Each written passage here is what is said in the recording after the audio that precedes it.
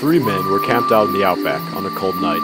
One of the men told the other man to throw a log on the fire because the fire was getting low and it was very cold outside. So the man turned and grabbed a log, which was awfully light to the touch, for inside the log it was hollow. And he went to drop it into the fire. He noticed the entire length was covered with termites. He did not know what to do because he did not want to kill them, but his friends were urging them to put it on the fire. So he carefully removed all the termites and blew them up into the air with his lips. And the termites flew up and became all of the stars in the sky. And through this, the first didgeridoo was created. And it is probably the world's oldest musical instrument, believed to be at least 40,000 years old. Now that we know about the history and origin of the didgeridoo, we can start practicing. It's important when playing the didgeridoo to be sitting straight, tall, and square. So that way when you take a deep breath, you have lots of room for the air to fill up your lungs, and so your diaphragm can open up. And the second thing that you need to do is vibrate your lips. It's not like playing a trumpet, it's a much lighter vibration. Just very simple, you should hardly have to force the air out. After that, what you want to do is you want to get your didgeridoo and you want to pick a part of your mouth. You either start from playing from the front or you can favor one side or the other. Once you got that down, you want to make sure that there's a tight seal. I put some beeswax on the front of my didgeridoo so that way when I play it creates a tight seal around my mouth.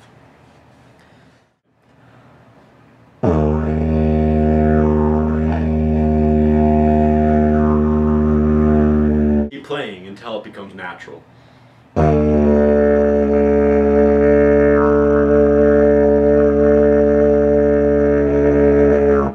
So the next thing that you want to do is you want to practice moving your tongue and jaw in different orientations so you get different sounds from the didgeridoo, and it's the lightest movements that make it sound really great. And then the other thing that you can do is you can take your tongue, you can tap it against the back of your teeth, and when you do that, it creates a beat like this.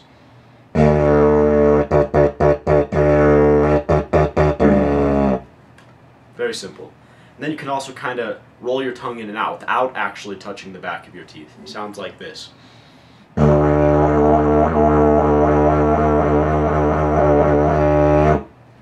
Again, these are the basics. Then the next things that you can do is you can vocalize from deeper in your throat than you normally talk, making like high pitch or low pitch noises. So like this. Sounds like this on the didgeridoo.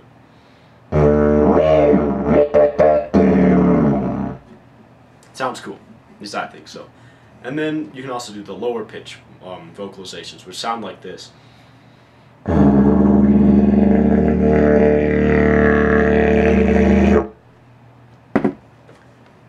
The next step is being able to circular breathe.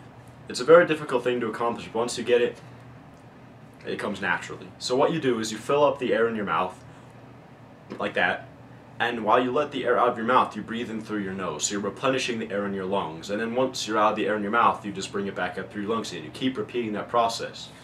A good way to practice it is put some water in your mouth and squirt it out.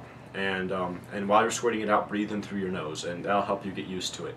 And once you got that down, the next step is to learn how to vibrate your lips on the didgeridoo while playing that, which I'm still having trouble with. It's very difficult to do, so here's an attempt at it.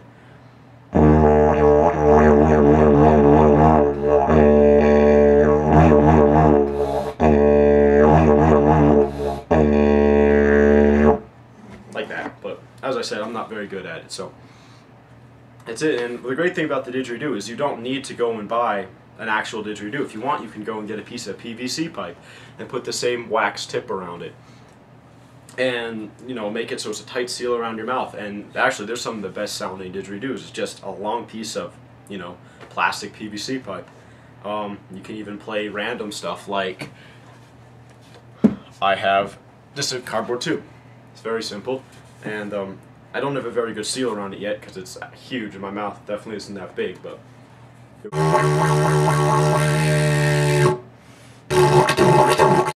so just a piece of cardboard, and it may not sound as pretty as a didgeridoo, but it's a good place to practice. So have